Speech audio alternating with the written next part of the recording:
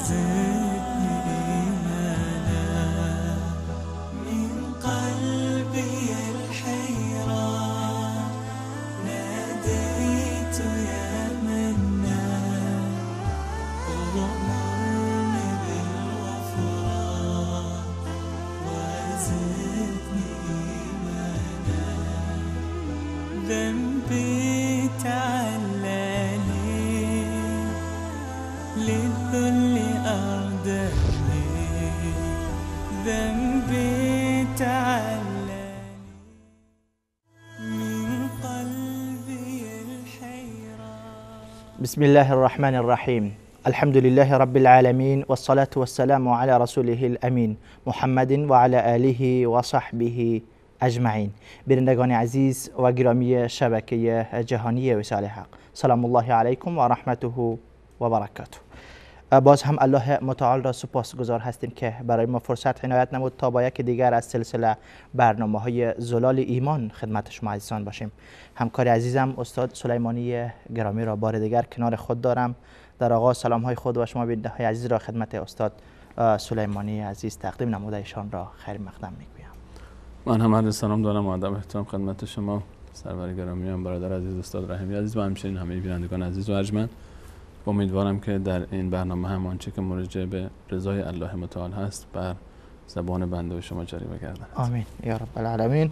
جزاکم الله خیرا. بیننده‌های عزیز، البته به یاد دارید که هفته گذشته ما در مورد اسماء الله متعال پرداختیم.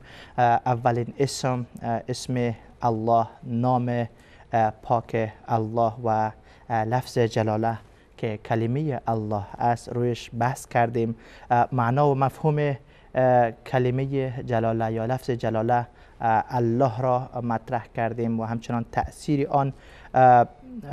تأثیر آن بالای بنده ها در ایمان آوردن به این اسم الله متعال و همچنان در مورد اسم اعظم بحث کردیم که اسم اعظم چی هست و چی تأثیرات دارد و به این نتیجه رسیدیم که قول راجح را استاد سلیمانی عزیز گفتن همین است که اسم اعظم همین لفظ جلاله یا کلمه الله است. وقتی که انسان الله را با این نام یاد بکند و از الله چیزی بخواهد، خواست آن را برآورده می سازد و دعای آن را میپذیرد. در این برنامه البته روی دو اسم دیگر الله متعال میپردازیم که این دو اسم نیز همانگونه که در بسم الله وارد شده است در اولین سوره قرآن کریم در سوره فاتحه نیز وارد شده است که عبارت است از الرحمن الرحیم. استاد سلیمانی عزیز میشه برای ما بگویید که الرحمن الرحیم که دو نام دیگری از نامهای زیبای الله متعال هست چه معنا دارن؟ اگر مختصرا معرفی کنین برای ما. الحمدلله و الصلاة و السلام علی رسول الله و علی آله و صحبه و من والاه. بسم الله الرحمن الرحیم. همین تعبیری که ما همیشه در ابتدای کلام و در ابتدای گفتار و در هر کار مهمی آغاز میکنیم و بلکه الله متعال خودش کلامش رو با این تعبیر آغاز نمود برای ما. بسم الله الرحمن الرحیم. درباره لفظ جلاله الله صحبت کردیم و همینطور که شما اشاره فرمودید که اسم ذات الهی است لفظ الله. و بعد از این که الله متعال در ابتدای کلامش خود رو الله معرفی میکنه برای ما، دو اسم دیگه هم برای ما بعد از او ذکر میکنه که بسیار اسمهای مهمی است. الرحمن الرحیم. این اسم در قرآن کریم این دو اسم بسیار پررنگه و این دو اسم بسیار تکرار میشه در بسیار از آیات، بلکه حتی ما سوره به اسم الرحمن داریم و سوره رحمان که ابتدای سوره آغاز میشه الرحمن علم القرآن. این اسم ها در قرآن کریم با هم ذکر میشه الرحمن الرحیم. درست. مثل ابتدای سوره مبارکه حمد الحمدلله رب العالمین الرحمن الرحیم و در بسم الله الرحمن الرحیم که همیشه هست کنار هم هستن و یا احیانا جدا ذکر میشن اسم اینجوری که اشاره کردیم در ابتدای سوره مبارکه الرحمن یا جاهای دیگری کلمه قلید الله اوید الرحمن. کلمه الرحمن اهمیتش از اینجا مشخص میشه که چون در کنار لفظ جلاله غالبا ذکر میشه. حتی الله متعال وقتی که فرمود بخوانید الله رو، فرمود که یا بخوانید الرحمن رو. و همینطور دیدیم که اشاره کردیم در عقیده مشرکین مکه که وقتی که الله متعال فرمود و اذا قیل لهم اسجدوا للرحمن قالوا وما الرحمن، اونجا هم نام الرحمن ذکر شد. و یا اینکه کلمه الرحیم، باز کلمه الرحیم هم ذکر میشه که باز الرحیم غالبا وقتی که تنها ذکر میشه با یک صفت دیگه هم همیشه همراه هست، غالبا همراه هست یا مقید هست در برخی از موارد. و این دو صفت در معنا نزدیک به همن. هر دو کلمه الرحمن الرحیم اگر معنای این دو اسم رو بیایم بررسی بکنیم، حرف را و ها و میم در که از رحم گرفته میشه، به تعبیر ساده ترش میشیم رحم، اصل خمیرمایه این دو اسمه. رحم یا خود رحم باز از مصدر رحمت گرفته میشه، الرحمه. درست. این دو اسم از اسمهای الله متعال دلالت میکنن بر صفت رحمت، رحم، درست. ترحم، رحمت، بخشش و لطف و عطا به زبان فارسی البته. درست. این دو اسم هر دوتا با مقداری تفاوت، طبیعتا وقتی که دو تا اسم هست در معنای کلی، مفهوم کلی با هم نزدیکن، اما تفاوت‌هایی با هم دارن. درست. اگر تفاوت‌هایی نمی داشتن دیگه دوتا نمی شدن، یکی می شدن. الرحمن و الرحیم هر دوتا دلالت بر مبالغه و دلالت بر زیادت صفت رحمت میکنه. درست. هم کلمه اسم الرحمن دلالت میکنه بر ذاتی که بسیار رحمت داره، بسیار رحم داره، و همچنین صفت الرحیم اون هم دلالت میکنه بر ذاتی که بسیار رحمت و رحم داره. فقط حالا من یک تفاوتی رو که برای اینکه به هر حال بیشتر نسبت با هم کلمه الرحمن، اسم الرحمن و الرحیم دارن که رحمت در هر دو تاشون صفت رحمت در هر دو هست. بله. اما وقتی که علمای ما درباره این دو اسم صحبت کردن گفتن الرحمن رحمت عام الله تعالی است. درست. الرحیم رحمت خاص الله تعالی رو برای ما تداعی میکنه. وقتی میگیم الرحمن اون ذاتیه که رحمتش همه چیز رو در بر گرفته، تمام موجودات و تمام مخلوقات رو، و غالبا این رحمت عام وقتی که ذکر میشه رحمت عام میبینیم که این در آیه شریفه مثلا در سوره مبارکه غافر در آیه 7 از زبان ملائکه الله متعال، ملائکه حملت العرش، اینجا این رحمتی که در اونجا ذکر میشه این رحمت همراه با علمه، به این گونه ذکر میشه. ما در قرآن کریم کلماتی داریم بعضی وقتا رحمت با علم قرینه هم آمده. درست. در این آیه 7 سوره مبارکه غافر الله متعال میفرماید که کسانی که حمل میکنن عرش الله متعال و فرشتگان حامل عرش، الذين يحملون العرش و من حوله یسبحون بحمد ربهم، مشغول به تسبیح الله متعال هستند و یؤمنون به ایمان آوردن و استغفرون للذین آمنوا، استغفار میکنن برای مؤمنین. در دعاشون میگن ربنا وسعت كل شيء رحمتا و علما، رحمت و علم شما همه چیز رو در بر گرفته. اینجا وقتی که رحمتی که با علم همراه هست، یعنی رحمتی که همه چیزها رو در بر گرفته، وقتی رحمت با علم میاد یعنی هر جایی که علم الله تعالی است، هر آن چیزی که در علم الله تعالی هست قرین با این رحمت.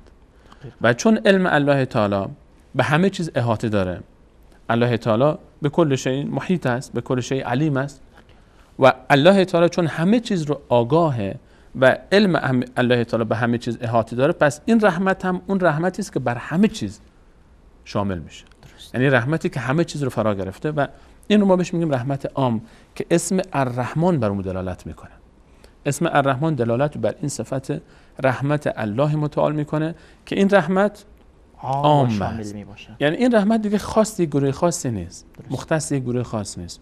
این رحمت تمام موجودات، تمام مخلوقات و تمام آنچه که در عالم الله متعال خلق کرده رو شامل هست، چه اون هر حال انسان ها و حتی جنیاتی که او رو قبول دارن به خدایی و به الوهیت و چه قبول ندارن. اما الرحیم دلالت میکنه بر رحمت خاص الله تعالی.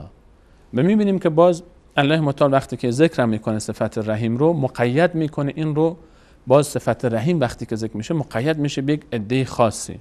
و کان بالمؤمنین رحیما. وقتی که مثلا میبینیم کلمه رحیم وقتی که اسم الرحیم ذکر میشه و مشتقاتش و صفت رحیم وقتی که ذکر میشه، الله متعال این رو مقید میکنه به یک عده خاصی. مثلا برای مؤمنین فقط میبینیم که کلمه رحیم ذکر میشه. یا مثلا وقتی که درباره فضل و بخشش الله متعال ذکر میشه و صحبت میشه که الله متعال به توبه دعوت میکنه بندگان خودش رو، بفهمد ان الله غفور رحیم یا انه هو الغفور الرحیم. بخشش و رحمت اینجا دیگه، وقتی که اینجا در رحمت، این رحمتی که کنار بخشش ذکر میشه، این بخشش مال کی است؟ این بخشش مال مؤمنین هست. این بخشش مال غفران و توبه و خارج شدن از گناهان توسط یک انسان مؤمن هست که نصیبش میشه و اینجا بحث رحیم ذکر میشه. در کل معنی این دو اسم رو اگر بررسی بکنیم، الرحمن و الرحیم دلالت میکنه بر صفت رحمت. درست. هر دو تاشون برای الله تعالی، یکی صفت عام رحمت به صورت عامش و یکی رحمت به صورت خاصش. و این دو صفت سرمنشأ این صفت رحمت یا این دو اسم میگیم که صفتی که در این دو اسم هست سرمنشأ خیلی از صفات دیگر هم هست. ما وقتی که لطف هست به خاطر اینکه رحمت هست، وقتی که رزق میده الله تعالی به خاطر رحمت الله تعالی است، وقتی میبخشه الله تعالی، غفران الله تعالی به خاطر رحمت الله تعالی است، تواب بودن الله تعالی به خاطر رحمت الله تعالی است. میبینیم که این صفت به خاطر این مهمه و این صفت به خاطر این عظیم، این صفت رحمت که در این دو اسم است. این دو اسم این خاطر اهمیت دارن چون صفتی رو در خودشون جای دادن که این صفت سرمنشأ بسیار از صفات دیگه است. و این رو ما در آیات فراوانی از قرآن کریم وقتی که بررسی میکنیم تفاصیلش رو بیشتر پیدا میکنیم. تشکر، سلامت باشید. پس این دو اسم زیبای الله متعال گفتین اصلش همون رحم هست که را ها میم و به معنای رحمت و مهربانی و اینها به فارسی استعمال می شوند. فقط فرقشان وقتی کنار هم می آیند، فرقشان این بوده که صفت یا اسم رحمان عامتر و وسیعتر می باشد نسبت به الرحیم که خاصتر می باشد. درست است؟ سلامت باشید.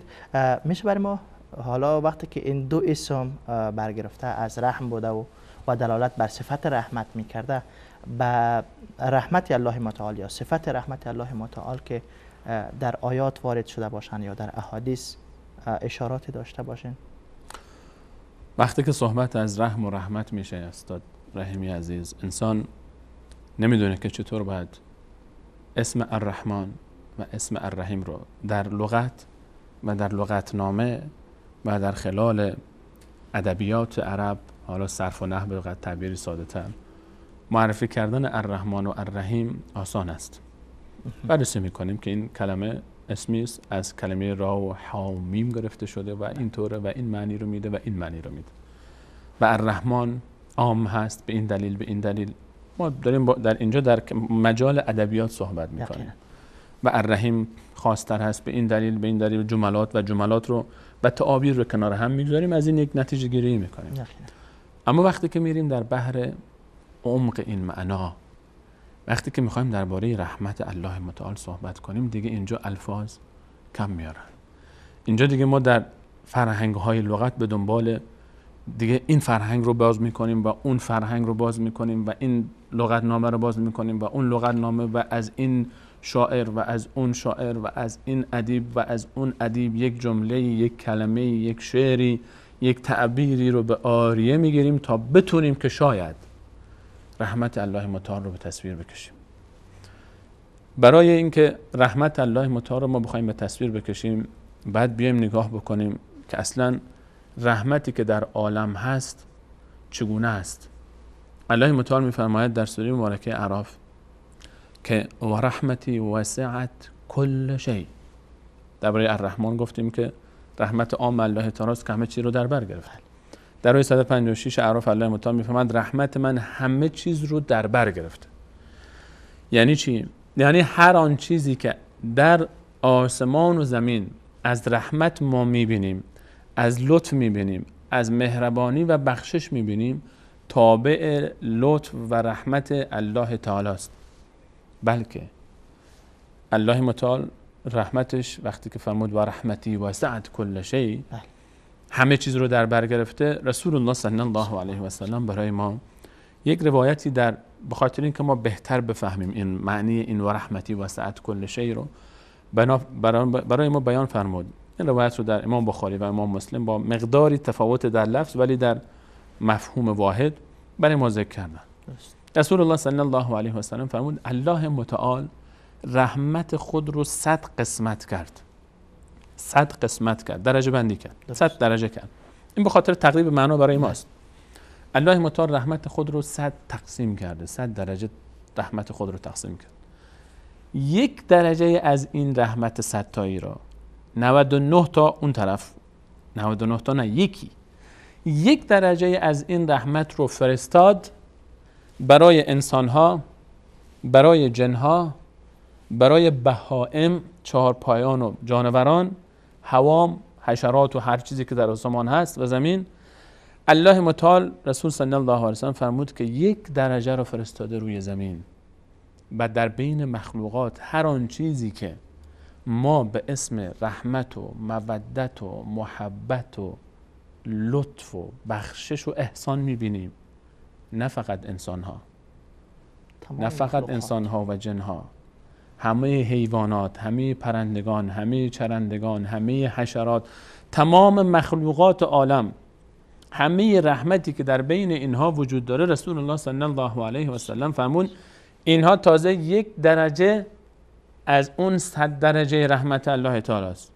یعنی از زمان آدم علیه السلام تا قیام قیامت، نه تنها فقط الان ما این 7.5 میلیارد انسان و هر چند میلیارد جنی که هست ما خبر نداریم تعدادشون رو، و میلیاردها موجود دیگری که از حیوانات هست و از هر کدوم از حیوان مورچه‌ها حساب بکنیم چندین میلیاردن، چندین برابر ما انسان ها مورچه‌ان. فقط الان الله متعال یک درجه رو روی زمین فرستاد.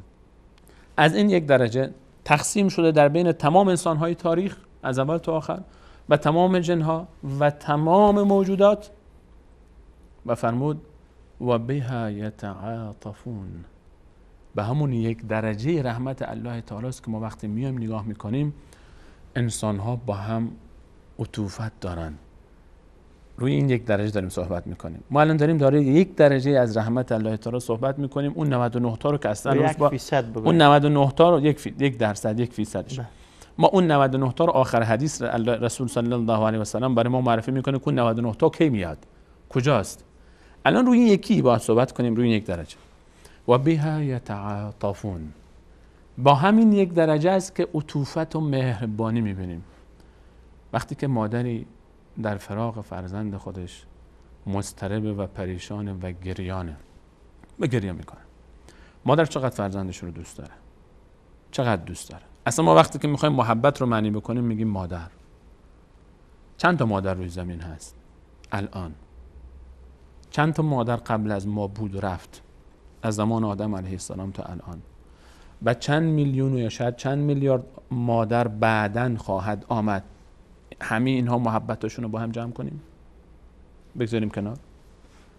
همسر با همسر، و جعل بینکم مودة و رحمه. الله متعال فرمود من مودت و رحمت گذاشتم. این رحمت که الله تعالی میفرماد این یک ذره از اون 1% هست که بین دو نفر عاشق هم میشن. استاد رحیمی عزیز، من کاری به نمیخوام رو بحث فقهیش داخل بشم، جایز است ناجایز است، من با این کاری ندارم. با سفره دلم نبرین ما را. اصلا سفره دلم نمیخوایم بریم. بحث من این هست انسانی عاشق انسان دیگری میشه، محبتی داره نسبت به اون انسان که حاضر به خاطر این عشق و محبت و عطوفتش قطعه بشه، اما از این عشقش دست بر نمیداره. هست یا نیست؟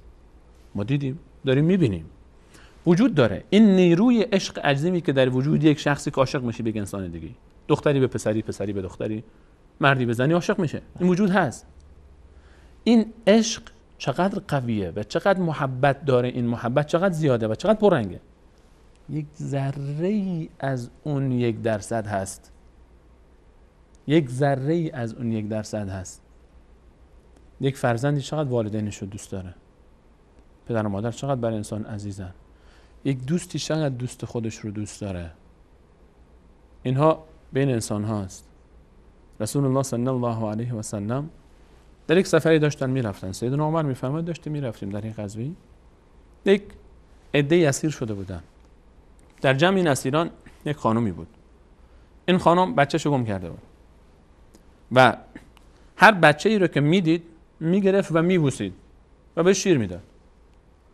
از فرط محبت و علاقش به بچه گم شدهش بچهای مردم رو میبوسید و به اونها شیر میداد. و بعد تا اینکه رسول الله صلی الله علیه و سلم دیدنش و فرمودن آیا این مادر اگر بچه خودش رو پیدا بکنه این بچه خودش رو به آتش خواهد انداخت؟ ابدا. امکان داره؟ نه خیر. رسول الله صلی الله علیه و سلم فرمود به والله که محبت الله متعال به بندگانش خیلی بیشتر از محبت این مادر به فرزندش. چرا؟ این مادر هر چقدر محبت داشته باشه یک ذره از اون 1% رحمت الله تعالی است. این محبت هایی که بین انسان هاست و بها یتعاطفون. رسول الله صلی الله علیه و سلم فرمود همون 1% که اینها با هم دیگه محبت دارن و همون 1% که و بها یتراحمون، رحم میکنن به هم دیگه. حتی رسول صلی الله علیه و سلم فرمود اون حیوان وحشی که به فرزند خودش لطف میکنه اون هم از هم 1% بهره منده. هنوز حیواناتی هستن میبینیم دیگه، حتی همین گرگش که مشهور به درندگی، شیر و پلنگ و ببر، اگر کسی فرزند اینها رو ورداره از پیش اینها ببره چیکار میکنن؟ چقدر این فرزند رو دوست دارن، همون وحشیش حتی، و چقدر لطف داره به این فرزندش و چقدر لطف میکنه به این فرزندش. وقتی که انسان میبینه یک حیوان درنده‌ای مثل شیر، مثل گرگ، وقتی با طفل خودش، با بچه خودش وقتی که معامله میکنه چقدر با لطف و با محبت و با احسان با اون رفتار میکنه. اصلا یاد انسان میره که این وحشی بوده، این اصلا این وحشیت گم میشه. اصلا این یک ذره از اون لطف و احسان الله تعالی است، این یک ذره از اون رحمت الله تعالی است. رسول الله صلی الله علیه و سلم فرمود که 1% رو فرستاده بین انسان ها و این محبتی که ما از مادر گفتیم، از عاشق و معشوق گفتیم، این محبتی که از فرزند به والدینش گفتیم، این محبتی که از همسر به همسر گفتیم، این محبتی که از 2 تا دوست به 2 تا دوست داریم میگیم، این محبتی که از یک حیوان به حیوان میگیم، این محبتی که از یک پرنده‌ای که صبح از خانه خارج میشه و از لانه خارج میشه و وقتی که بر میگرده میاد به سراغ اون لانه خودش و چند تا مرغی که هنوز، چند تا جوجه‌ای که هنوز بالم ندارن، دهناشون اینطور باز است به سمت بالا و داخل منقار هر کدوم از اینها به نوبت غذا میریزه و چه احساسی داره این پرنده. یکیست، میلیاردها مثل این پرنده ها ما هر روز در دنیا داریم و داشتیم و خواهیم داشت. همه اینها رو وقتی ما جمع میکنیم میگذاریم کنار، همه اینها میشه جزئی از اون 1% رحمت الله تعالی. و در پایان فرمود و 99% دیگر رو، 99 جزء دیگر رو الله تعالی نگه داشته تا اون رو چیکار میکنه؟ تا اون رو روز قیامت برای بندگان خودش تقسیم بکنه بین بندگانش. یکی از تابعین رو ازش پرسیدن، بعضیا گفتن عبدالله بن مبارک، برخی دیگر گفتن به هر حال اگر روز قیامت بهت بگن، اگر روز قیامت، مشهوره جملهش، به من گفته بشه که حساب کتاب تو رو بسپاریم به مادرت یا حساب کتاب تو رو بسپاریم به دست الله تعالی، کدوم رو قبول میکنی؟ اگر روز قیامت گفته بشه که والدینت حساب کتاب تو رو بگیرن یا الله متعال، کدوم رو قبول میکنی؟ الان اگر ما اختیار بدن روز قیامت، اگر بگن روز قیامت حساب کتاب تو مادرت حساب میکنه، اصلا که رحمت الله رو نشناسه حتما میگه مادرم. وقتی که ما میگیم مادر ما روز قیامت حساب کتاب ما رو به عهده میگیره چقدر خوشحال میشیم. واقعیته. بگن آقا فلانی یقین بده، بگن که روز قیامت حساب کتاب تو دست مادرته، من میگم بهشت من ضمانت شده. اگر مادر من حساب کتاب منو به دست بگیره بهشت من ضمانت میشه. اگر بگن پدرت حساب کتاب تو رو به دست میگیره، انسان میگه بهشت من ضمانت شده. بگن معشوقت حساب کتاب دست اونه، بگن فرزندت حساب کتاب دست اونه. از والدین ما نزدیکتر به خودمون در دنیا نداریم. وقتی والدین حساب کتاب دست اونها باشه اینطوری میشه، همون که شما اشاره کردید، اگر ما نشناخته باشیم الله متعال رو، میگیم که بگذار مادرم حساب کتاب منو بگیره، بگذار پدرم حساب کتاب منو بگیره. اما وقتی که میایم سراغ رحمت الله تعالی که و رحمتی وسعت کل شیء، وقتی میایم به سراغ رحمت الله تعالی که مادر من تمام محبتش ذره‌ای از 1% محبت الله تعالی است، وقتی میایم میبینیم که الله متعال چگونه محبت رو بین موجودات تقسیم کرده، این 1% رو و 99% رو قرار روز قیامت بین بندگان خودش تقسیم بکنه، اون موقع هرگز نمیگیم مادرم. اون موقع این جوابی که این بزرگوار داد ما همون جواب رو میدیم. گفت والله اگر به من اختیار داده بشه بین مادرت و الله متعال یکی رو انتخاب بکن که اون حساب کتاب تو رو بگیره، یقینا خواهم گفت الله، چون به یقین میدونم که بسیار بسیار از مادر من مهربان تره، چون میدونم که محبت مادرم به من در برابر محبت الله متعال به من اصلا حساب نمیشه. و رحمتی وسعت کل شیء، و رحمت من همه چیز رو در بر گرفته. رحمت الله متعال، این رحمتی که ما الان اینجا ازش صحبت میکنیم، این رحمت عام الله تعالی است که همه چیز رو در بر گرفته. کافری مثل فرعون میاد میگه انا ربکم الاعلی، اما الله تعالی به همین کافر آب میده، غذا میده، سلامتی میده، جسم میده، آسایش میده، آرامش میده. مگه کمن کفاری که الان در روی زمین الله متعال اصلا قبول ندارن؟ الله متعال داره بهشون رزق میده، الله متعال داره به اونها روزی میده، الله متعال داره به اونها فرزند میده، الله تعالی داره به اونها محبت میده. از این رحمت خودش در وجود اونها هم گذاشته، رحمتش رو سلب نمیکنه از اونها، رحمتش رو نگرفته از اونها. رحمت خاص الله متعال قسم دوم رحمت الله تعالی است که این رحمت عام که همه چیز رو در بر گرفته. باز الله متعال یک رحمتی داره خاص فراتر از این رحمت عام، این مال همه است. شیرش هم پلنگ و ببر و یک درنده و بلکه بدتر از اینها. حالا اینا که نزد الله تعالی یک حیوان درجه و مقامش از کسی که کافر و مشرک است بیشتره، چون خودش فرمود اولئک کل انعام بل هم اضل، اینها گمراهتر از حیوانات هستند، بلکه به کافر و مشرک هم رزق و روزی میده. اما یک رحمت خاصی باز هست، باز خواصی داره الله متعال که اینها رحمت خاص الله متعال شامل حال اینها میشه. اینها رو ما کجا میبینیم؟ اینها رو ما در جایی میبینیم که الله متعال دیگه اونجا باز صفت رحیم بودن خودش رو برای ما، کلمه الرحیم رو وقتی که میاد توصیف میکنه و مطرح میکنه، هر جا که قرآن کلمه الرحیم هست بریم نگاه بکنیم، اونجا باز رحمت خاص الله متعال رو میبینیم. قل یا عبادی الذین اسرفوا علی انفسهم لا تقنطوا من رحمت الله. بگوی بندگان من، ای کسانی که به خود ظلم کردید و ستم کردید، از رحمت الله متعال غافل نشید، ناامید نشید. و من یقنط من رحمت ربه الا الضالون. الله متعال میفرماید گمراهانن که از این رحمت خاص الله متعال غافلن. در سوره مبارکه 8 در سوره زمر آیه 53 فرموده بندگان من که به خودتون ظلم کردید، از رحمت الله متعال ناامید نشید. این رحمت خاصه، چون اون رحمت عام همه رو گرفته. این رحمت یک رحمت خاصی است، فراتر از اون رحمته. این رحمت اون رحمتیه که الله متعال این رحمت رو خاص یک عده مشخصی قرار داده.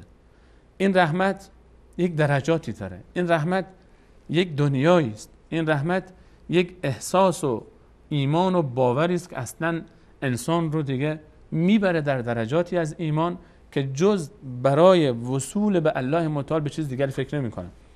این رحمت همین رحمتی که لا تقنطوا من رحمت الله ان الله، این اولین درجه این رحمت از کجا شروع میشه؟ یغفر الذنوب جمیعا، تمام گناهان شما رو میبخشه. انسانی که گناه کرده، هر چقدر بد بوده، هر چقدر زشت بوده، هر چقدر گناه کرده، الله متعال گناهانش رو میبخشه. رحمت خاصه. ان الله یغفر الذنوب جمیعا انه هو الغفور الرحیم. او بسیار بخشنده است، بسیار رحیمه. این رحیم که اینجا ذکر میشه این دیگه خاصه. پیرمردی آمد به محضر رسول صلی الله علیه و سلم. پیرمردی پیر و آثار پیری بر موهاش کاملا واضح و آشکار و حتی ابروهاش از شدت بالا رفتن سنش افتاده به روی چشمش. انسان وقتی که پیر میشه، خیلی که پیر شد، این ابروها خود به خود آویزان میشه به سوی چشم انسان. بر عصای تکیه داده بود و به زور حرکت میکرد. این توصیف حدیثه، روایتی که ذکر شده. آمد به محضر رسول صلی الله علیه و سلم گفت آیا مردی که در طول زندگیش هیچ گناهی رو ترک نکرده، هیچ کوچک و بزرگی از گناهان نبوده مگر این که انجام داده، عمری گناه کرده، هر کاری که شیطان گفته انجام داده، هر چه هوای نفس خواسته انجام داده، هل له من توبه، آیا راه بازگشتی براش هست؟ آیا امیدی به بخشیده شدنش هست؟ آیا این میتونه امیدوار باشه به رحمت الله تعالی؟ داریم از رحمت صحبت میکنیم، داریم از اون رحمتی میگیم که محبت مادر و همسر و عاشق و معشوق و موجودات و انسانها و حیوانات 1% اونن. بالکل. آیا این رحمت شامل حال من میشه؟ هیچ گناهی در زندگی نبوده که ترک نکرده باشه این شخص. هل له من توبه؟ حضرت علیه السلام فرمود اسلمت؟ مسلمون هستی؟ گفت اشهد ان لا اله الا الله و انک رسول الله، شهادت میدم که جز الله هیچ معبود به حق نیست و تو پیامبر الله تعالی. مسلمونه، بچه مسلمونه، ایمان داره، الله رو قبول داره، کعبه رو دوست داره، قرآن رو وقتی که نگاه میکنه برمیداره دلش میتپه، این کتاب رو وقتی که نگاه میکنه بهش، به این کتاب به عنوان مقدس، یک کتاب مقدس احترام داره، اما گناهکاره، اما بد بوده، اما شیطان فریبش داده، اما هوا و هوس نفس راهزن راهش بودن، اما کوتاهی کرده، اما بنده بدی بوده، الان پشیمونه، آخر عمرش ابروهاش از دست شرم افتادن روی چشمش از پیری، کمرش از بار گناه خمه، عمرش هم خم کرده کمرش رو. هل له من توبه؟ میخواد برگرده، میخواد بیاد، میخواد آشتی کنه. وقتی یک بچه از مادرش قهر میکنه میره بیرون، بیاد دم در خونه مادر رو بزنه، یک تلفن بزنه به مادرش، زنگ بزنه به مادرش، بگه مادر منو ببخش، من اشتباه کردم. آیا این مادر اون رو رد میکنه؟ آیا مادر باشه ولو اینکه با زبانش اگر مادر بگه نمیبخشمت، اما به والله داره دروغ میگه. مادر امکان نداره بچه‌شو نبخشه، اون داره دروغ میگه. حالا یا به خاطر تنبیه بچهش، یا به خاطر اینکه میخواد بچه بفهمه اشتباهش رو پی ببره، مطمئن بشه از توبهش، اما در قلبش خیلی وقت بخشیدتش، اما در قلبش همون لحظه ای که از خونه رفته بود بیرون بخشیده بودش. این برگشته پیش الله تعالی که این مادر و همه مادرای دنیا 1% رحمت الله تعالی است. آمده که میخواد توبه بکنه. رسول الله صلی الله علیه و سلم فرمود برو کارای نیک انجام بده و از گناهانش دست بکش. الله تعالی تمام گناهان گذشته تو رو تبدیل میکنه به نیکی ها. در آیه 70 سوره فرقان الله تعالی فرمود الا من تاب و آمن و عمل عملا صالحا، کسی که توبه میکنه، ایمان میاره، عمل صالح انجام میده، 90 سالشه 90 سالش باشه، 100 سالشه ولی اینکه 100 سالش باشه، تا یک رکعت نمازم نخونده باشه، تا حالا قرآن خوندن بلد نیست نباشه، هر گناهی که بوده انجام داده باشه، زنا کرده ولی اینکه زنا کرده باشه، دزدی کرده ولی اینکه دزدی کرده باشه، آدم کشته ولی اینکه 100 تا کشته باشه، هیچ راهی وجود نداره برای کسی. این رحمتی نیست که کسی آن امید بشه از این رحمت. فقط کافیه که اعتقاد داشته باشه که الله الرحمن الرحیمه. الله رو باید قبول داشته باشه، باید برگرده، باید توبه بکنه. این برمیگرده، برو الله تعالی فرمود ایمان آورد، عمل صالح انجام بده، فاولئک یبدل الله سیئاتهم حسنات. الله اکبر. الله تعالی تمام این گناهان یک عمر فسق و فجورش، خیلی گناه کرده نه؟ فکر میکنه خیلی گناه کرده دیگه. اون پیرمرد یک جمله رو من یادم رفت. چی گفت؟ گفت گناهانی کرده که اگر این گناهان تقسیم بشه بر روی کره زمین بین مردم همشون هلاک میکنه. نه یک نفر رو هلاک میکنه این گناهان، اگر تقسیم هم بشه همه رو هلاک میکنه. با این وجود فاولئک یبدل الله سیئاتهم حسنات. الله متعال تمام گناهان اینها رو تبدیل میکنه به نیکی ها. یعنی بخشیده میشه که هیچی، چقدر گناه کرده بود، همه اینها الان به عنوان عبادت براش حساب میشه. این بشارت رسول الله صلی الله علیه و سلم به این شخص بود. آیه 70 سوره فرقان بود. این محتوای این آیه رسول صلی الله علیه و سلم به این شخص گفت. اون پیرمرد اومده بود، کافیه که فقط انسان برگرده. این رحمت کافیه فقط انسان توبه کنه. این رحمت ما به خاطر چی داریم بحث میکنیم ازش؟ تا اجازه ندیم شیطان ما رو ناامید کنه، تا اجازه ندیم که شیطان بیاد بگه بدبخت تو که دیگه کار تمومه، تو دیگه تو دیگه انسان، تو آدم بشو نیستی، تو دیگه خدا نمیبخشه، تو بدبختی، تو بیچاری، تو گناهکاری، تو دیگه کار تمومه، ما رو به شرک نکشونه، برو پیش فلانی و فلانی شفاعت تو رو بکنه، برو سر قبر فلانی، برو سر قبر فلانی. نه، و هو ارحم الراحمین، مهربانترین مهربانا الله تعالی است. و اذا سألك عبادی انی فانی قریب. ای پیامبر من، از تو میپرسن خدا کجاست، دور یا نزدیکه؟ من نزدیکم. این بنده پیرمرد وقتی این بشارت رو شنید، الان با این دل اومده بود، با این بار گناه، الان وقتی این رو شنید اشکهاش جاری شد. عمری ازش گذشته دیگه، آخر عمر انسان دل نازکتر هم میشه. فقط چند جمله گفت و رفت. گفت الله اکبر، الله اکبر، الله اکبر. همینطور داشت میگفت الله اکبر، داشت میرفت. برگشت و رفت. صحابه میفرمایند که این پیرمرد از خوشحالی همینطور تا اون لحظه‌ای که ما صداشو میشنیدیم فقط میگفت الله اکبر، الله اکبر، الله اکبر. این رحمت الله تعالی است. این رحمت رحمانه برای اون کسانی که شناختنش. این رحمت خاص الله تعالی است برای کسانی که میخوان که الله تعالی به اونا رحم بکنه. به والله ما اگر الله تعالی رو اونطوری که باید بشناسیم میشناختیم، بعضیمون اینطور نبود. ما اینطور پریشان و نگران نبودیم، ما اینطور آله دست شیطان نمیشدیم. ما الرحمن رو نشناختیم هنوز، الرحمن رو. ما الرحیم رو هنوز نشناختیم. هر روز میگیم در نماز همون بسم الله الرحمن الرحیم، اما اصلا رحمتش رو ما نفهمیدیم هنوز. ما رسول الله صلی الله علیه و سلم فرمود در روز قیامت چنان الله متعال این رحمت و فضل و بخششش رو نشر میکنه در قیامت. اون 99 قسمتی که میگفتیم اونجا روز قیامت وقتش. این دنیا همش اینو فقط 1%شه. فقط رسول الله صلی الله علیه و سلم و ما ارسلناک الا رحمتا للعالمین، مگر رسول الله را الله تعالی رحمتی برای عالمیان نفرستاد؟ رسول الله 1 ذره از این 1%، فقط 1 ذره از این 1%، چون الله تعالی که فقط 1%ش رو برای ما فرستاده. رسول الله با این عظمتش 1%. ابراهیم و موسی و عیسی و بقیه انبیا علیهم السلام 1 ذره از این 1%. هر چی به اسم لطف و رحمت و بخشش در دنیا همش مال این 1%. 99%ش اونجاست. و رسول الله صلی الله علیه و سلم فرمود حتی شیطان طمع پیدا میکنه در بخشیده شدن. حتی شیطان هم طمع پیدا میکنه که شاید من رو هم ببخشه الله تعالی، که این همه میبخشه روز قیامت.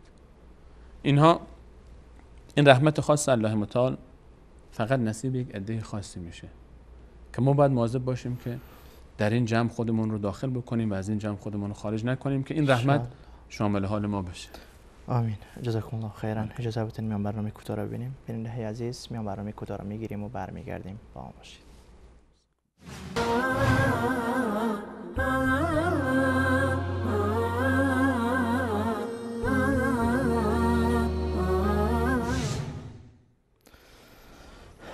الرحمن الرحیم موضوع این قسمت از برنامه‌های زلال ایمان بود و استاد سلیمانی عزیز در ابتدا معنا و مفهوم این دو اسم زیبای الله متعال را بیان کردند که از رحمت مشتق هستند و به معنای رحمت و مهربانی و بخشش الله متعال استعمال می شوند. مظاهر و نمونه های از رحمت الله متعال را در روشنی آیات و احادیث ابراز کردند که حدیث زیبایی را خواندند که پیامبر اکرم صلی الله علیه و سلم فرمودند تمام مهر و شفقت و رحمت و مهربانی که ما در کائنات میان مخلوقات میبینیم این 1% از رحمت الله متعال هست که فرستاده به سوی مخلوقاتش و 99% رحمت الله متعال نزد خودش محفوظ است که در روز قیامت برای بندگان خاصش آن را توزیع می کند و عنایت می فرماید. البته با این همه وسعت و فرا بودن رحمت الله متعال فراموش نکنید که یک قشر، یک گروه، یک جماعت از آن 99% هم محروم می شوند. کی هستند آنها؟ کسانی که الله متعال در آیه مبارکه می فرماید ان الله لا یغفر ان یشرک به و یغفر ما دون ذلك لمن یشاء. این دیگه واقعا نامردی است که یک انسان از آن 99% هم محروم شود و خداوند او را نبخشد، در حالی که بندگانی که شرک نیاوردن را الله متعال تمام گناهان آنها را توسط ببخشید توبه و استغفار به نیکی ها تبدیل میکنه، نه تنها میبخشه. آیاتی که خواندین خداوند گناهانی که مثل کوه است طرف آمدن میگه گناهان ما اگر بالای تمام اهل کره زمین توزیع شود همه را هلاک میکنه. این را هم الله متعال میفرماید که گناهانت را بخشیدم و نه تنها بخشیدم بلکه آن همه گناهان را به نیکی ها تبدیل کردم. اما باز هم یک مجموعه از این رحمت هم محروم هستند. واقعا ذلت نیست؟ استاد رحیمی عزیز، همونطوری که شما اشاره فرمودید واقعا و رسول صلی الله علیه و سلم در روایت اشاره فرمودن که واقعا زیان دیده است کسی که این همه رحمت الله متعال عظیم هست باز هم این شامل رحمت الله متعال نشه. چه کسانی نمیشن؟ و من یقنط من رحمت ربه الا الضالون. کیه که ناامید از رحمت الله تعالی مگر کسی که گمراه باشه. کیه که رحمت الله تعالی شامل حالش نمیشه؟ گمراهان. ما همون چیزی که هر روز در نماز، در هر رکعت نماز در سوره فاتحه از الله متعال میخوایم که ما رو غیر از این گروه قرار نده، غیر المغضوب علیهم ولا الضالین، که غیر از راه کسانی که با اونها خشم گرفتی و ما رو از گمراهان قرار نده و ما رو از راه کسانی که با اونها خشم گرفتی قرار نده. کسانی که ما اگر بخوایم شامل رحمت الله متعال بشیم اولش باید بخوایم، اولش باید اعتراف بکنیم به رحمت الله تعالی اصلا که الله متعال همچنین ارحم الراحمین هست. این خیلی مهمه. ارحم الراحمین هست و هو ارحم الراحمین، اون مهربانترین مهربانان است. الرحمن الرحیم الله تعالی است و نه مخلوقاتش. وقتی میگیم 99% رحمت الله نزد خودش است و 1% رو بین بندگانش تقسیم کرده و گفتیم رسول الله صلی الله علیه و سلم با تمام جلالت شأن و عظمتش 1 ذره از این 1% هست. بعد اون موقع من الان میام چیکار میکنم؟ میرم به سراغ غیر الله متعال و از غیر الله متعال خواسته های خودم را بخوام و از غیر الله متعال حاجت بخوام، از غیر الله متعال بطلبم. این همون میشه که الله تعالی فرمود ان الله لا یغفر ان یشرک به. من نمیبخشم کسی رو که این بیمهری رو در حق من بکنه. با این همه من این همه رحمت دارم، ارحم الراحمینم. گفتم اذا سألك عبادی انی فانی قریب. هر وقت شما دست بلند بکنید منو پیدا میکنید. هر وقت منو بخواید منو پیدا میکنید. ولی اینکه کافر باشه کسی، ولی اینکه مشرک باشه کسی. و قال ربکم ادعونی استجب لكم. شما بخواید که من استجابت بکنم. خیلی از پادشاهان عالم اگر ما بریم پیششون زیاد طلب بکنیم شاید بدشون بیاد، اما الله تعالی اینطوری نیست. الله تعالی از بنده بدش میاد که نمیخواد ازش. هرچی بیشتر از الله متعال بخوایم الله متعال بیشتر خوشحال میشه، ما نزدیکتر میشه، به ما نزدیکتر میشه، ما بیشتر بهش نزدیک میشیم و هیچ دلیلی وجود نداره که ما پیش الله تعالی نریم و خواسته خودمون از الله تعالی نخواهیم. و اگر خدای نکرده این کارو نکردیم، تنها گروهی که روز قیامت بخشیده نمیشن. ان الله لا یغفر ان یشرک به. اینها روز قیامت از اون 99% لطف الله تعالی هم محرومن. چرا که اینها اعتراف نکردن به لطفش، نشناختن الله تعالی رو که رحمان و رحیم او است، که هو ارحم الراحمین، که مهربان ترین مهربانان الله تعالی است. اینها نشناختن. اینها کسانی بودن که به این کتاب اونگونه‌ای که حق این کتاب هست ایمان نیاوردن. و هذا کتاب انزلناه مبارک، ما این کتاب رو مبارک نازل کردیم. فاتبعوه، پس از این اطاعت کنید، پیروی کنید. واتقوا، و تقوا پیشه کنید. لعلکم ترحمون، تا باشد که رحمت الله تعالی شامل حال شما بشه. اگر ما بخوایم رحمت الله تعالی شامل حال ما بشه چیکار باید بکنیم؟ باید از شرک دوری بکنیم که الله تعالی شرک رو نمیبخشه. ان الله لا یغفر ان یشرک به. از آنچه که به کفر میکشونه ما رو باید دوری بکنیم. ان الذين كفروا وماتوا وهم كفار اولئك عليهم لعنة الله والملائكة والناس اجمعین خالدین فیها لا یخفف عنهم العذاب ولا هم ینظرون. کسانی که کافر شدن، با کفر از دنیا رفتن، توبه نکردن. شرک و کفر هر دوتاش یک واقع داره. کسی که با شرک از دنیا میره ولو اینکه فکر میکنه مسلمانه، این خیلی زیانبارتر هست. این همونه که قل هل ننبئکم بالاخسرین اعمالا، آیا شما رو آگاه نکنم به زیانبارترین کارها؟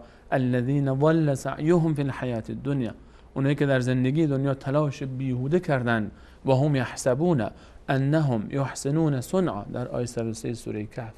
به اونها گمان میکردن که دارن عبادت میکنن اما داره شرک میکنه، اما به غیر الله متوسل میشه، اما میره حاجتش رو از غیر ارحم الراحمین میخواد، با وجود ارحم الراحمین، با وجود قرب ارحم الراحمین. هیچ توجیهی به وجود نداره برای این کار.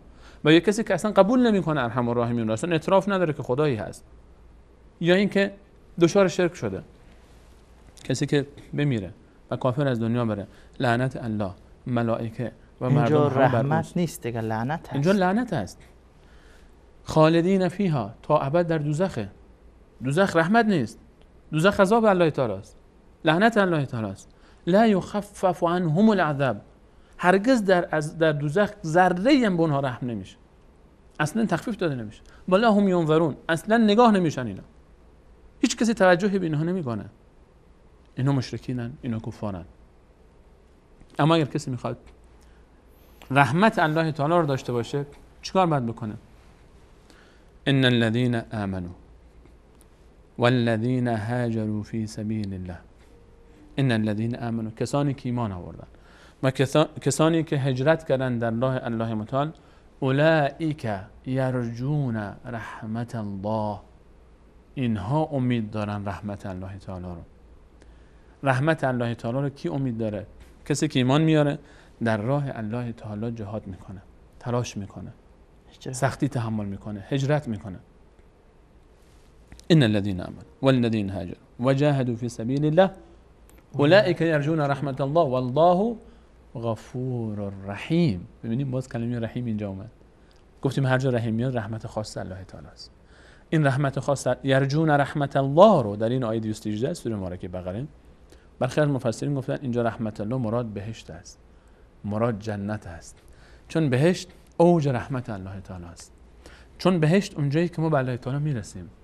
فمن کان یرجو لقاء ربه، اون کسی که امید داره ملاقات الله متعال رو، رحمت الله متعال رو، بهشت الله متعال رو، فلیعمل عملا صالحا، عمل نیکو انجام بده و این عملش نباید آمیخته با شرک باشه.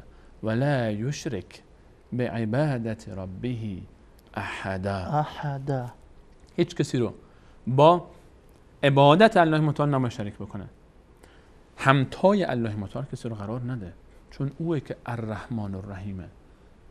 کی میتونه تمام مخلوقات که ذره‌ای از 1% لطف الله تعالی هستن رو کسی بیاد این رو همشأن الله متعال قرار بده و کسی انقدر گستاخی بکنه و جرأت بکنه که بگه ولله الاسماء الحسنا، الله متعال نامهای نیکویی دارد که الرحمن و الرحیم و بقیه صفات، بعد بیاد بگه که امامان گفتن نحن اسماء الله، ما اسمهای الله تعالی هستیم. یعنی چی؟ یعنی الرحمن فلانیه دیگه، غیر الله تعالی است. یعنی فلانی و فلانی از مخلوقات هم همشأن الله تعالی است. ولا یشرک بعبادت ربه احدا. تاکید میکنه الله متعال. الله متعال خوشش نمیاد کسی از رحمتش ناامید بشه. روایت جالبی است، شخصی گناهکاری، رسول الله صلی الله علیه و سلم فرمود که بسیار گناه کرده بود. وقتی داشت میمرد گفت که بدن منو آتیش بزنید. این طرف این شخصی که داشت از دنیا میرفت بله. ایمان داره به الله، ایمان داره به الله، این خیلی مهم. میترسه از غضب الله تعالی. گفت منو آتیش بزنید، خاکستر بدن من رو نصفش رو به دریا بریزید، نصفش رو در باد در خشکی. به والله اگر الله متعال بخواد من رو عذاب بکنه، عذابی خواهد کرد که لا یعذب به احدا من العالمین، که بنده ای از بندگان خودش رو اینطوری عذاب نکرده. الله متعال رسول الله صلی الله علیه و سلم فرمود این کارو کردن، وصیتش رو انجام داد. الله متعال تمام ذره ذره این شخص رو بدنش رو جمع کرد، از دریا و خشکی روح داد بهش در عالم برزخ. رسول الله صلی الله علیه و سلم از طریق وحی به ما این خبر رو رسونده و الله متعال فرمود که به خاطر چی این کار کردی؟ چرا این کار کردی؟ گفت یا الله به خاطر ترس از عذابت، به خاطر فرار. به خیال خودش میگفت شاید این راهی باشه برای فرار از عذاب الله متعال. یا الله فقط به خاطر ترس از عذابت من این کارو کردم و الله متعال این بنده رو بخشید. و رسول الله صلی الله علیه و سلم میفهمن این بنده رو الله متعال فقط به خاطر اینکه این احساس رو نسبت به الله تعالی داشت که میترسید از عذاب الله تعالی و خشمش بخشید. احساس نسبت به رحمت الله متعال اگه کم رنگ شد، ما دیگه نمیتونیم ادعا داشته باشیم رحمتش نصیب ما بشه. و اطیعوا الله و الرسول لعلکم ترحمون. از الله و رسولش اطاعت کنید تا باشه که به شما رحم بشه و رحمت الله متعال شامل حال شما بشه. در آیه 156 سوره مبارکه اعراف که اول این برنامه رو باش آغاز کردیم و مزین کردیم با این آیه در تعریف رحمت الله متعال فرمود و رحمتی وسعت کل شیء. رحمت من همه چیز رو فرا گرفته، اما این رحمت عمومی است. فساکتبها للذین، اما این وجه خاصش رو باز الله متعال برای کی مقدر میکنه و رقم میزنه؟ للذین یتقون، برای این کسانی که تقوا پیشه میکنن. هر کسی که میخواد رحمت الله متعال، رحمت خاص الله متعال شامل حالش بشه، باید تقوا پیشه کنه، اطاعت از اوامر الله متعال و دوری از منهیات و اون چیزی که الله متعال ما رو منع کرد. و اولین قدم برای شروع این حرکت، ما الان وقتی میخوایم، ما هدفمون از بیان این صفات اینه که بشناسیم الله متعال رو، الرحمن الرحیم. و من خودم و از بینندگان عزیزم میخوام که ما در فاصله این برنامه تا برنامه بعد بیایم درباره اون چیزی که شنیدیم فکر کنیم، درباره الرحمن الرحیم فکر بکنیم. ما الله رو چطور میشناسیم؟ از اسما و صفاتش. ما درباره رحمت الله تعالی فکر بکنیم که چقدر عظیمه، که 1% میشه این بندگان و تمام مخلوقات و جن و انس. اون رحمت عظیم چقدر زیاده. وقتی الله متعال رحمتش رو شناختیم، وقتی عظمت رحمتش رو فهمیدیم، علاقمند میشیم بهش، مشتاق میشیم بهش.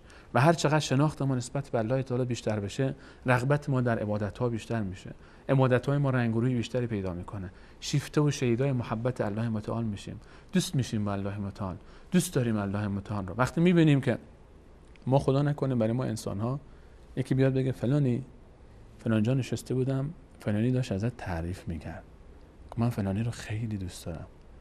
اگر ما مرد باشیم یک زنی تعریف بکنه دیگه خلاص، مرد عاشق شد رفت. اگر زنی نشسته باشه مردی که دوست داره تعریفش بکنه، اون زن دیگه از همون لحظه ذهنش نسبت به این مرد و این مرد ذهنش نسبت به اون زن. الله متعال انقدر ما رو دوست داره. وقتی میگیم که محبت مادر 1 ذره از 1% محبت الله تعالی است، حالا محبت خود الله تعالی با ما چقدره؟ یکم روی این فکر بکنیم، بشیم درباره اینها تفکر کنیم تا بفهمیم که محبت الله تعالی یعنی چی. تا وقتی میگیم بسم الله الرحمن الرحیم، اون احساسی که شایسته این ذکر، این اسم این شروع در وجود ما بیاد تا خودمون رو پیدا کنیم، بفهمیم کجا باید بریم برای حاجت طلبیدن هامون، بفهمیم کجا باید مراجعه بکنیم، بفهمیم که چطور با الله متعال ارتباط برقرار بکنیم. و اولین راه این ارتباط توبه است. خود الله متعال فرمود که برگردید، از رحمت الله تعالی ناامید نشید، برگردیم توبه کنیم، خودمون رو پاک کنیم، بیایم بگیم خدای ما دوستت داریم، ما تو رو میخوایم، ما میخوایم بنده خوبی باشیم، ما میخوایم اون رحمان و رحیم بودنت رو برای ما متجلی کنی، ما میخوایم جزء اون خواصی باشیم که در رحمت خاصت داخل میشیم. توبه بکنیم، الله تعالی تمام گناهان ما رو به نیکی تبدیل میکنه. یک صفحه جدید در زندگی باز میشه، یک دفتر جدید باز میکنیم. از اونجا بعد چیکار میکنیم؟ سعی میکنیم اطاعت از الله داشته باشیم، اطاعت از رسول الله داشته باشیم، پرهیز از شرک داشته باشیم، تقوا پیشه بکنیم تا رحمت خاص الله متعال شامل حال ما بشه. و اگر رحمت الله متعال شامل حال ما شد، به والله کسی خوشبخت‌تر از ما در دنیا و در آخرت نخواهد. به امید که خداوند این توفیق را نصیب همه ما بگرداند. تشکر، سلامت باشید، جزاکم الله خیرا و بارک الله فیکم.